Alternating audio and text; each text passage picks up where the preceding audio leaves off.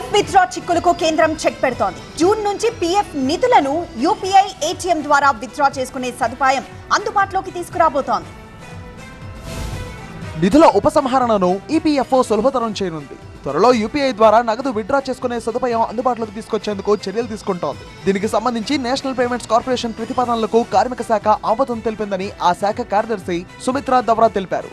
మే లేదా జూన్ నుంచి ఉద్యోగులు పీఎఫ్ మొత్తాలను ఏటీఎం లేదా యాప్ ద్వారా విత్డ్రా చేసుకునే సదుపాయం అందుబాటులోకి రానున్నట్టు వెల్లడించారు. ప్రావిడెంట్ ఫండ్ నిధులు పొందే విషయంలో చందాదారులు అనూహ్య మార్పులు చూడబోతున్నారని తెలిపారు. కేవలం నగదు విత్డ్రా మాత్రమే కాకుండా పీఎఫ్ లో ఎంత మొత్తం ఉందో కూడా యూపీఐ ద్వారా చూసుకోవచ్చని చెప్పారు. ఆటోమేటెడ్ సిస్టమ్ విధానంలో 1 లక్ష రూపాయల వరకు విత్డ్రా చేసుకోవచ్చని చెప్పారు. కోరుకున్న అకౌంట్ కు ఆ నగదు బదిలీ చేసుకోవచ్చని ప్రకటించారు. డిజిటలైజ్ చేయడంలో ఈపీఎఫ్ఓ గణనీయమైన పురోగతి సాధించిందని దవరా పేర్కొన్నారు.